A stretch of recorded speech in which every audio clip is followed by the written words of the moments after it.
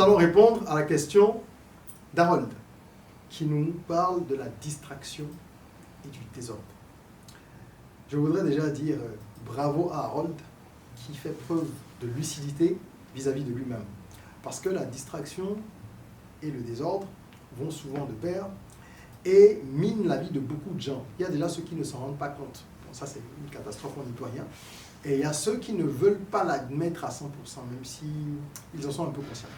Alors, pour pouvoir soigner une maladie, il faut bien sûr reconnaître qu'on est malade, accepter le diagnostic et chercher un traitement.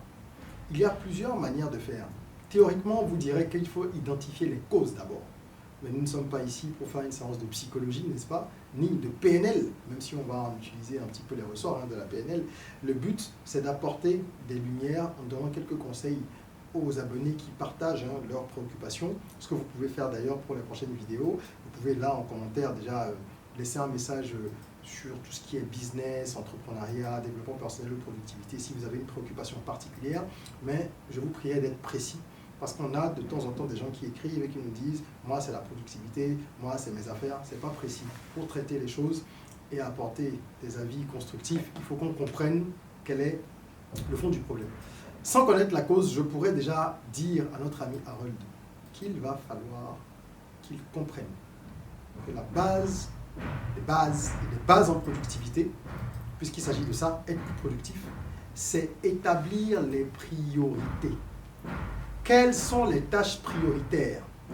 Il y a une technique que j'aime beaucoup, que je n'ai pas inventée, qui est une technique éprouvée qu'on utilise beaucoup en matière de productivité, que tous les professionnels utilisent, c'est la méthode Eisenhower.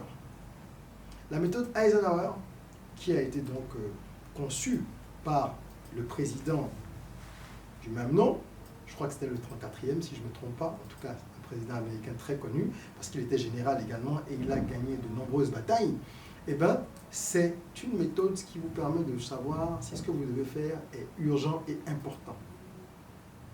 Lorsque quelque chose est urgent et important, par exemple, ça doit être en tête de liste. C'est une priorité. C'est urgent et c'est important. Lorsque quelque chose est urgent et n'est pas important, vous avez la capacité de faire autrement. Si c'est important et que ce n'est pas urgent, vous reportez.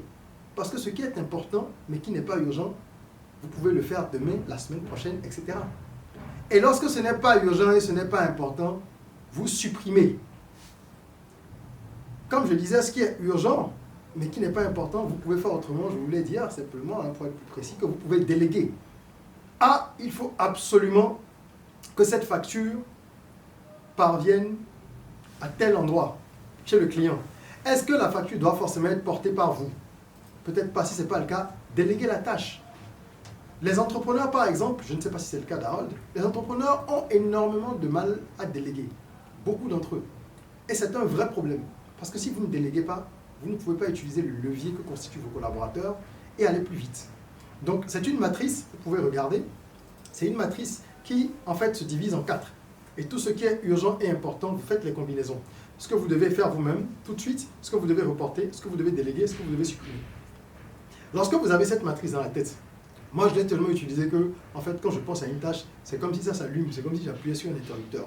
Au début, je faisais à chaque fois la petite matrice, etc., pour pouvoir me repérer. Mais après, ça devient un réflexe. Je me dis tout le temps, quand je prends mes tâches du mois, les tâches de la semaine, les tâches du jour, ce matin encore je l'ai fait, je regarde ce que j'avais prévu dans mon agenda et je dis, ah tiens, mais ça, pourquoi je voulais envoyer les contrats, les propositions de contrat à telle personne? Mais finalement, il m'a dit qu'on reporte le début de la mission à mi-septembre. Eh bien, je lui enverrai ça début septembre. Parce que sinon, j'aurais passé 3 heures, aujourd'hui ou demain, à travailler sur des contrats que le destinataire va analyser dans 3 semaines. Ce n'est pas optimal. Ce n'est pas optimal, je peux le faire à un autre moment. Donc déjà, le désordre, ça peut être résolu en partie par ça. Lorsque vous ordonnez justement vos tâches, ça veut dire qu'il faut les avoir listées. Est-ce que vous le faites? Est-ce que Harold fait déjà ça? Est-ce que Harold a une liste de tâches pour chaque jour? Est-ce qu'il a une task list? Est-ce que tous les matins, il sait qui il doit appeler? Quels sont les rendez-vous auxquels il doit aller? Et quelles sont les tâches qu'il doit effectuer? Ce sont les 3 catégories importantes. Qu'est-ce que je dois faire? Qui je dois appeler? Où est-ce que je dois aller? Évidemment, appel et rendez-vous, ça inclut des tâches aussi. mais c'est différent. D'accord?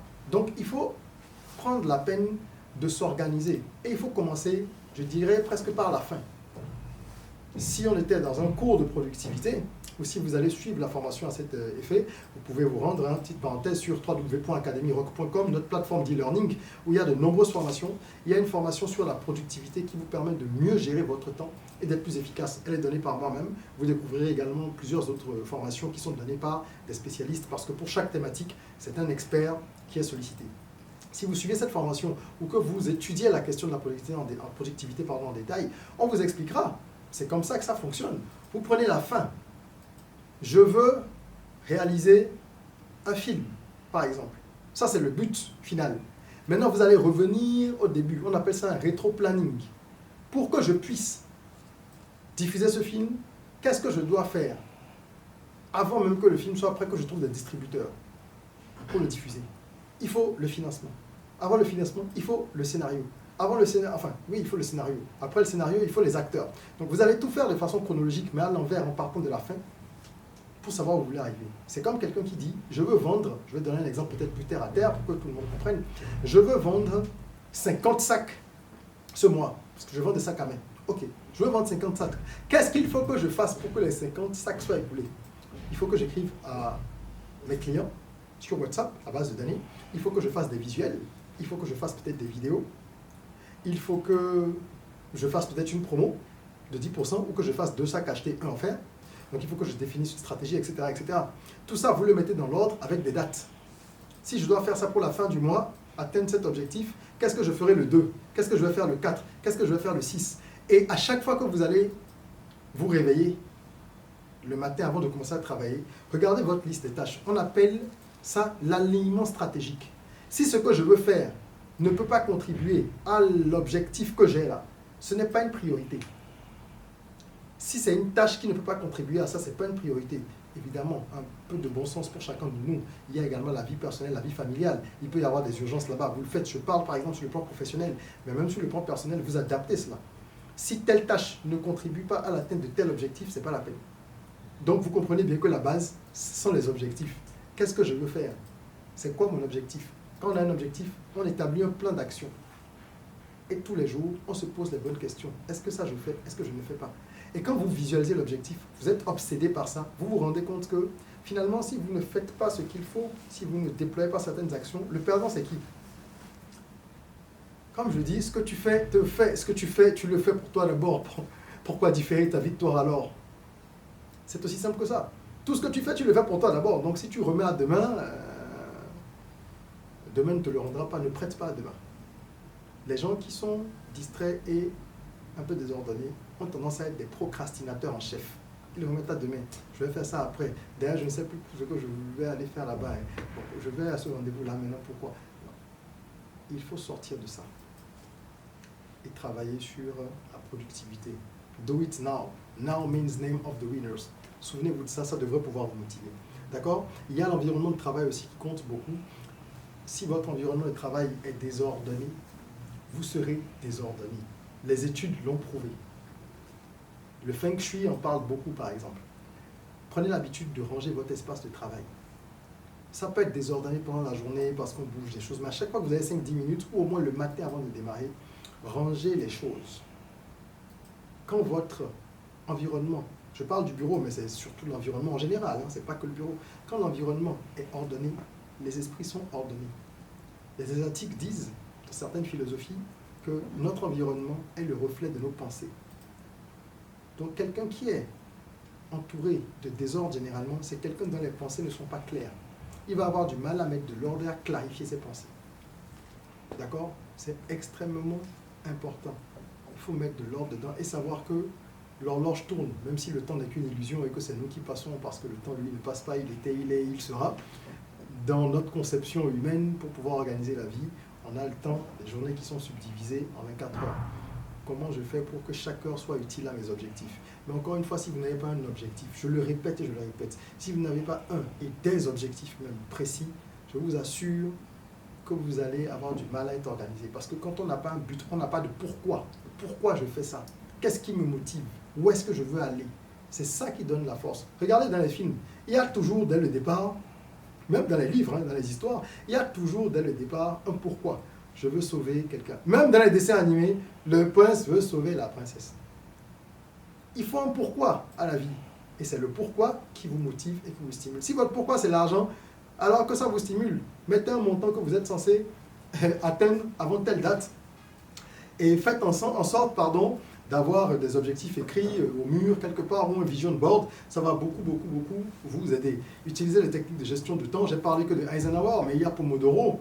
D'accord? Il y a la méthode Getting Things Done. Toutes ces méthodes-là sont dans la formation. Vous pouvez également faire vos recherches personnelles. Hein, et ça va vous aider vraiment à améliorer votre façon de travailler. Et pour finir, je voudrais parler des distractions digitales. Parce que si vous êtes distrait, il y a fort à parier que vous passiez peut-être beaucoup de temps sur les réseaux sociaux. On ne va pas venir critiquer les réseaux sociaux parce que nous y sommes aussi, mais par contre, l'usage qu'on en fait est important. Vous devez apprendre à limiter votre temps sur les réseaux sociaux. Et pour ça, téléchargez par exemple Rescue Time, il y en a d'autres. Hein. Ce sont des applications qui mesurent le temps que vous passez sur chaque application, sur chaque site, et même sur certaines tâches dans la vie réelle, en réunion, etc. Et qui vous font des rapports quotidiens, hebdomadaires, etc. pour vous faire des recommandations. Quand vous faites ça une fois ou deux fois, moi j'ai fait installer ça à plusieurs personnes, je vous assure, les gens se rendent compte que ils passent 3 heures par exemple sur Instagram tous les jours. Et vous les voyez dire, ah, c'est pas possible, je passais autant de temps sur TikTok. Donc essayez de mesurer le temps que vous passez sur les réseaux sociaux et vous verrez. Les réseaux sociaux, ça amplifie les problèmes de distraction. Ça fait que les gens sont de plus en plus distraits, ils sont moins concentrés. Tous les problèmes de ADHD qu'il y a aujourd'hui, ATDH, pardon, les troubles de l'attention, d'accord, sont dus à ça, hein, en partie. Les réseaux sociaux nous déconcentrent. Donc apprenez avec Pomodoro et d'autres astuces, d'autres techniques à être plus concentré, à être moins sensible, perméable aux notifications, à ceci, à cela, et vous verrez que ce sera forcément utile pour vous. Voilà, j'espère que ces quelques conseils seront utiles à notre ami Harold, et surtout, il faut les pratiquer. Hein.